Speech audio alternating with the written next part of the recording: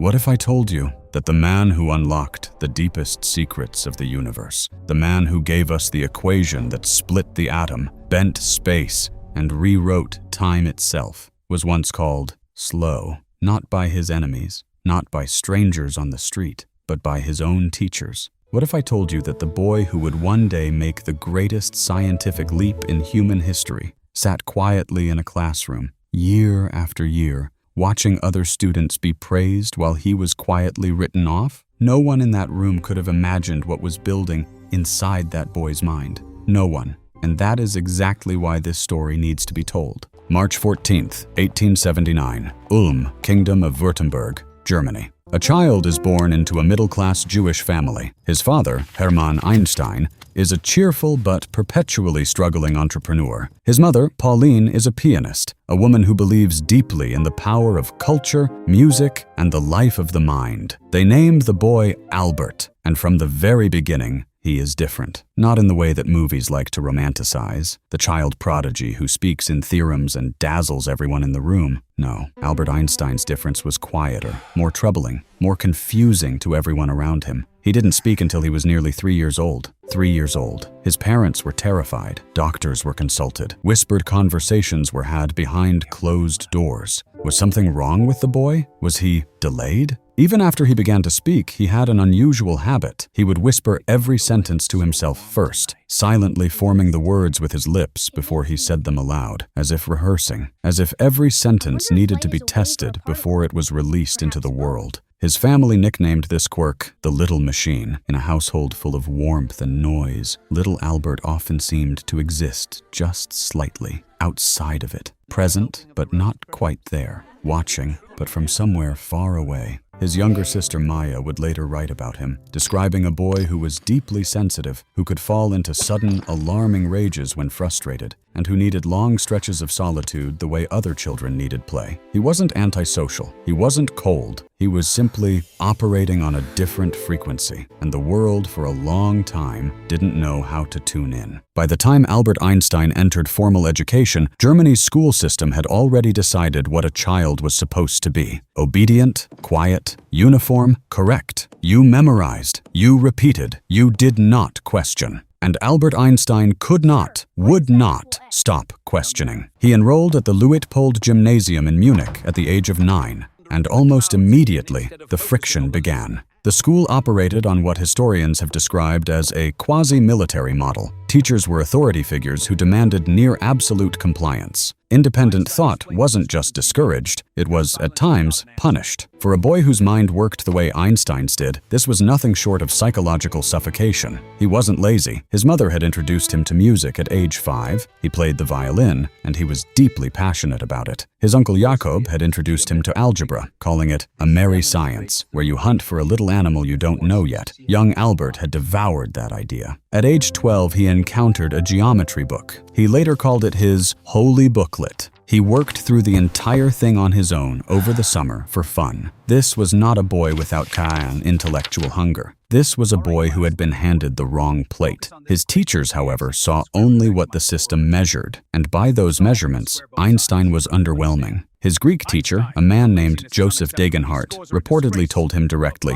"You will never amount to anything." His record described him as only moderately talented in certain subjects. Moderately talented. The word hangs in the air like a quiet insult. And yet, here is what the record doesn't show. While his teachers were writing him off, Einstein had already begun thinking about light, not in a casual way, not as a passing curiosity. He was obsessed with a single thought experiment, a question so strange, so radical, that it had no real framework in existing science. What would it look like to ride alongside a beam of light? He was 16 years old when that question first gripped him. He would spend the next 10 years chasing the answer. Before Einstein could chase the universe, he had to survive adolescence. In 1894, the Einstein family relocated to Italy after Hermann's business collapsed. Again, Albert was left behind in Munich to finish school. He lasted a few months. Then, in what biographers describe as either a breakdown or a bold act of self-preservation, depending on who you ask, Einstein left school entirely, without graduating, without permission. He showed up at his family's doorstep in Milan with a doctor's note claiming nervous exhaustion and a plan. The plan? Apply to the Swiss Federal Polytechnic School in Zurich, the ETH, one of the most prestigious technical institutions in Europe. He was 15. The minimum age was 18. He applied anyway, and he failed the entrance exam.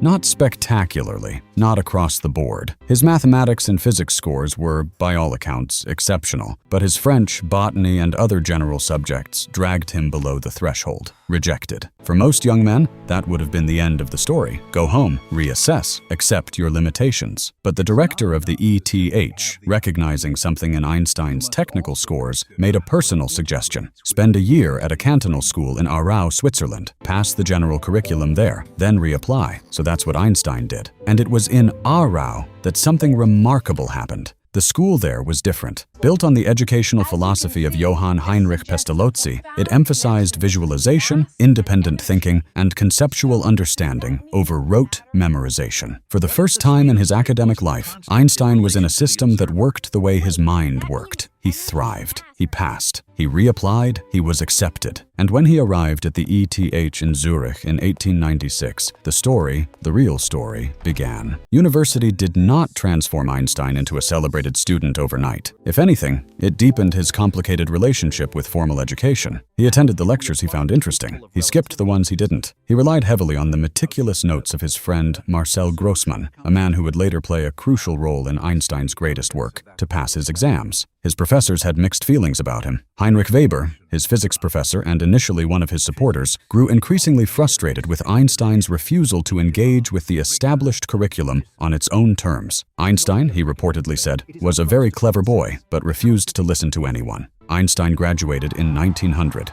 barely. And then came what he later called the years in the wilderness. He applied for academic positions, one after another. He was rejected every time. His professors, the men he'd either frustrated or impressed or both, declined to write him strong recommendations. Without recommendations, no university would hire him. Without a university position, he couldn't do research. Without research, he was nobody. For 2 years, Albert Einstein, the man who would one day be the most famous scientist in human history, could not get a single academic job. He tutored children. He took temporary teaching positions that led nowhere. He worried about money. He worried about his future. He fell in love with a fellow physics student named Mileva Maric, brilliant, serious, fiercely intellectual, and they navigated their relationship across a tangle of family disapproval and financial uncertainty. And through all of it, Einstein kept thinking, because that was the thing about Einstein that the system never managed to stamp out. You could deny him a job. You could deny him a platform. You could call him moderately talented and watch him fail his entrance exams and refuse to return his letters. But you could not stop him from thinking. In 1902, through Marcel Grossmann's father, Einstein finally secured a position at the Swiss Patent Office in Bern, a clerk, 3rd class. He reviewed patent applications. He assessed whether inventions were viable. He stamped papers. And in the hours after work, and sometimes, it is said, hidden within the work itself, he thought about light, about time, about the nature of space. He was building something, quietly, invisibly, in the margins of an ordinary life. 1905. Remember this year. Write it down if you have to. Because in the history of human knowledge, no single year, with perhaps the exception of Isaac Newton's plague year retreat to Woolsthorpe, has ever produced what Albert Einstein produced in 1905. He was 26 years old. He was a 3rd-class patent clerk. He had no laboratory, no research team, no university affiliation, no funding. He had a desk, a mind,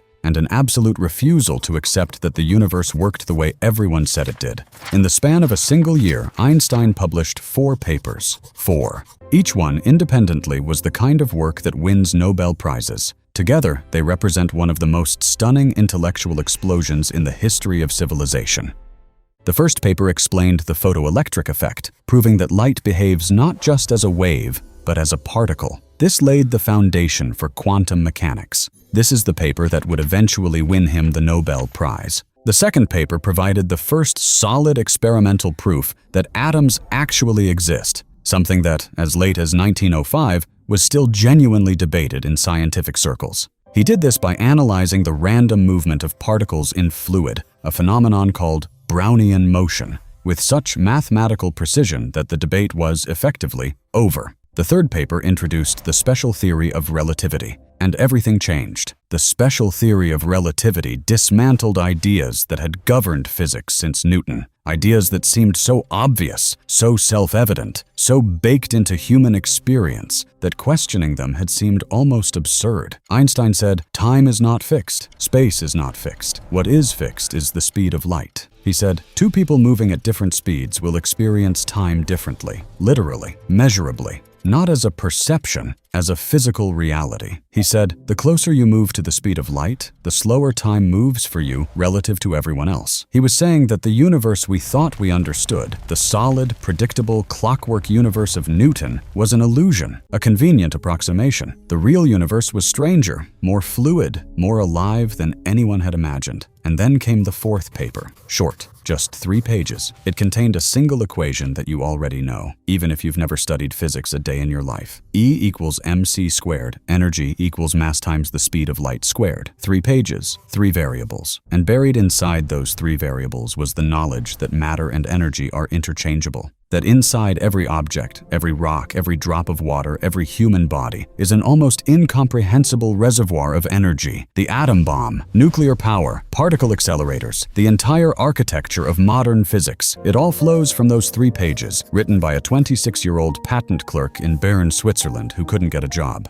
The world did not immediately explode with applause. Science doesn't work that way. Real paradigm shifts almost never do. The papers were published. They were read by a small number of people at first, and the responses ranged from polite confusion to outright skepticism. Max Planck, one of the giants of theoretical physics at the time, and the man who had himself recently launched the quantum revolution, was among the first to truly grasp what Einstein had done. He championed the work. He pushed it into the scientific mainstream. Slowly, then quickly, Einstein's name began to travel. In 1908, he finally secured his first academic position, a junior lecturer at the University of Bern, unpaid essentially, surviving on student fees. By 1909, he was a full professor. By 1913, he was at the Prussian Academy of Sciences in Berlin, the most prestigious scientific institution in the German-speaking world. The boy who had been told he would never amount to anything was now being courted by the greatest scientific minds in Europe. But Einstein was not finished, because the special theory of relativity, as revolutionary as it was, had a flaw. Einstein knew it. It only applied to objects moving at constant speeds. The moment you introduced acceleration, the moment you asked what happens when things speed up or slow down or fall through gravitational fields, the theory broke down. And so, for the next 10 years, while the world began to celebrate him, Einstein quietly wrestled with a problem that most physicists thought was either unsolvable or unnecessary. He was trying to incorporate gravity into relativity. He called it the greatest struggle of his life. The story of the general theory of relativity is a story of obsession. From roughly 1907 to 1915, Einstein worked on what he called the happiest thought of his life. A thought that came to him, he said, while sitting in a chair at the patent office.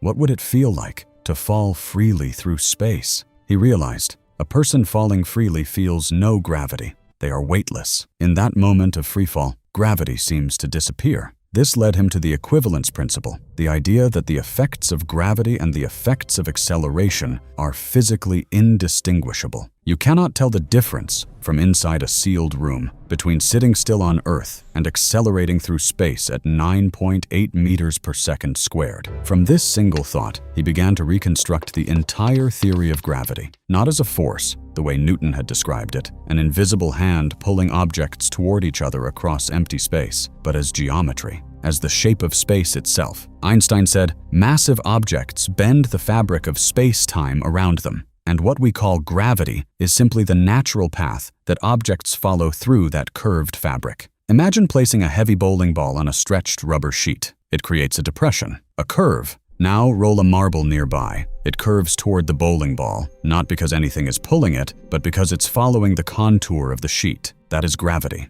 not a force. a shape. It sounds simple when you use that analogy. It is, in reality, among the most mathematically demanding ideas ever conceived. Einstein spent years working through the geometry, a branch of mathematics called Riemannian geometry that he had to largely teach himself with Grossman's help. There were false starts, wrong equations that seemed right, correct equations he dismissed too soon, moments of despair when he thought the whole edifice was crumbling. In November 1915, he presented the final field equations of general relativity to the Prussian Academy of Sciences. He later wrote to a friend, "I was beside myself with joy and excitement for days." He had done it. He had rewritten gravity. A theory, no matter how beautiful, is just mathematics until the universe confirms it. Einstein's general theory of relativity made a specific, testable prediction. Light bends when it passes near a massive object, not because light has mass, but because the space light travels through is curved by mass. And if space is curved, if gravity bends space-time, then light, traveling through that curved space-time, must bend too. This meant that if you could observe stars near the edge of the sun, their apparent positions in the sky should be slightly shifted compared to where they appear when the sun isn't in the way. The problem? You can't see stars near the sun. It's too bright, unless there's a total solar eclipse. On May 29,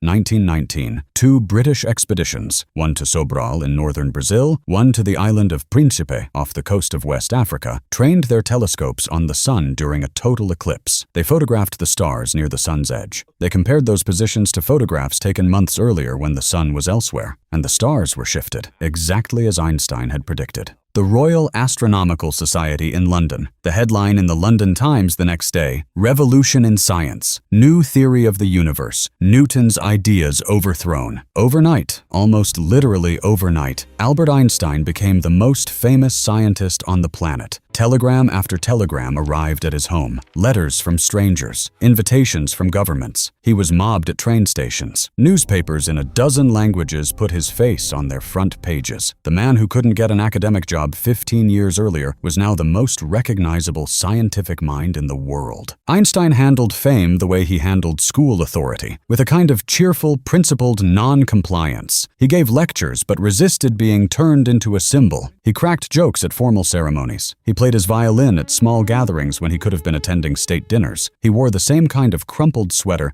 that had always suited him and seemed utterly unbothered by whether it suited anyone else. But fame also came with weight. The rise of the Nazi Party in Germany cast a long, dark shadow. Einstein, Jewish and internationally celebrated, became a target of virulent anti-Semitic propaganda. His theories were dismissed in Nazi Germany as Jewish physics, a perverse political corruption of science. Some of his former colleagues, men he had worked alongside and respected, signed their names to pamphlets attacking him. In 1933, while Einstein was visiting the United States, Hitler came to power. Einstein never returned to Germany. He accepted a position at the newly founded Institute for Advanced Study in Princeton, New Jersey, and spent the rest of his life in America. He became a citizen in 1940, and then, in 1939, a letter arrived that would force him into the most agonizing moral position of his life. Fellow physicists Leo Szilard and Eugene Wigner came to him with a terrifying realization. Nazi Germany might be pursuing nuclear weapons. The science was there, Einstein's own science, twisted toward destruction. The possibility was real. They asked Einstein to sign a letter to President Franklin D. Roosevelt, warning him of the danger and urging the United States to begin its own nuclear research. Einstein signed. The letter contributed to the launch of the Manhattan Project, and on August 6, 1945, the first atomic bomb was dropped on Hiroshima. Einstein was at a cottage in the Adirondacks when he heard the news on the radio. He said nothing for a long time. Then, OJ, a Yiddish expression of grief. For the rest of his life, Einstein worked tirelessly for nuclear disarmament. He called the bombing the greatest mistake of his life, not the letter, which he felt was a strategic necessity, but the failure of humanity to find another way. The man who had spent his life chasing the beauty of the universe now watched his discoveries be used to incinerate cities. It never stopped weighing on him. In the final decades of his life, Einstein chased one last dream, a unified field theory, a single equation, one elegant, complete mathematical description that would tie together all the forces of nature: gravity, electromagnetism, the forces inside atoms, everything. One equation to rule them all. He never found it. The physics world had, in many ways, moved on without him. Quantum mechanics, the strange, probabilistic, deeply uncomfortable branch of physics that described the behavior of particles at the smallest scales, had blossomed into the dominant framework of 20th century physics. and Einstein hated it. Not personally, not out of stubbornness, but philosophically. Quantum mechanics says, at its core, that the universe is fundamentally random, that particles do not have definite positions and velocities until you measure them. That probability is not a sign of our ignorance, but a feature of reality itself. Einstein could not accept this. He famously wrote, "God does not play dice with the universe." He spent decades arguing against the probabilistic interpretation of quantum mechanics. He proposed thought experiments, the most famous of which we now call the EPR paradox, designed to expose what he believed were flaws in the theory. History, so far, has not sided with him on this. The evidence for quantum mechanics is overwhelming. The randomness appears to be real. But here is the remarkable thing. In losing that argument, Einstein helped refine quantum mechanics. His thought experiments forced quantum physicists to think more carefully, more rigorously about what their theory actually meant. His resistance was productive. His questions were too good to ignore. Even when Einstein was wrong, he was beautifully wrong. On April 17, 1955, Albert Einstein was admitted to Princeton Hospital with internal bleeding caused by the rupture of an abdominal aortic aneurysm. He refused surgery. "I want to go when I want to go," he said. "It is tasteless to prolong life artificially. I have done my share. It is time to go. I will do it elegantly." In the early hours of April 18, 1955, Albert Einstein died. He was 76 years old. On his bedside table, pages covered in equations, still working, still searching. The unified field theory, unfinished. The universe, still keeping its deepest secret. Here is the world that Einstein built, whether he meant to or not. Every time you use GPS to navigate, you are relying on corrections derived from general relativity. Without those corrections, accounting for the fact that time runs slightly faster on satellites in orbit than on Earth,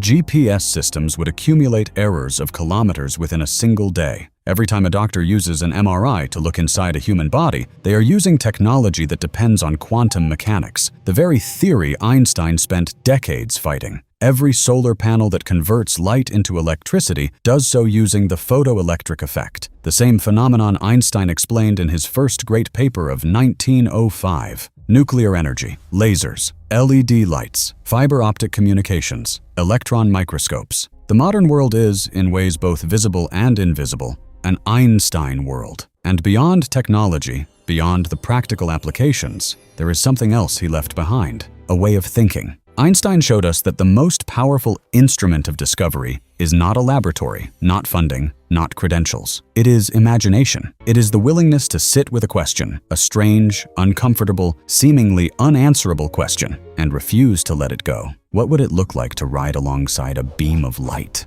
That question, first asked by a 16-year-old who had failed his entrance exam and been written off by his teachers, took 10 years to answer, and the answer remade the cosmos. His teachers called him moderately talented. The system tried to shape him into something smaller, something more manageable, something that would sit quietly and repeat what it was told. He refused, not loudly, not rebelliously, in the way we like to romanticize in movies, quietly, persistently, with a kind of serene, unshakable certainty that the questions in his head were worth following, even when no one else could see where they led. There is a lesson in that. Not the comfortable lesson, the one that says genius will always find a way. That's too easy, too passive, too convenient. The harder lesson, the lesson that says the systems we build to measure human potential are deeply imperfect, that the child sitting quietly in the back of the room, daydreaming, staring out the window, asking questions no one asked for, that child might be carrying something the world cannot yet recognize. The lesson that says, the questions that seem too strange to be useful are sometimes the only ones worth asking. The lesson that says, failure is not the opposite of greatness. It is, more often than not, the beginning of it. Einstein once said, "I have no special talents. I am only passionately curious." Maybe that's the whole thing. Not genius, not lightning strike inspiration, not a brain wired differently from the rest of us. Just curiosity. Stubborn, relentless, passionate, world-altering curiosity. The boy they called moderately talented looked up at the stars and asked a question no one else was asking, and the universe answered.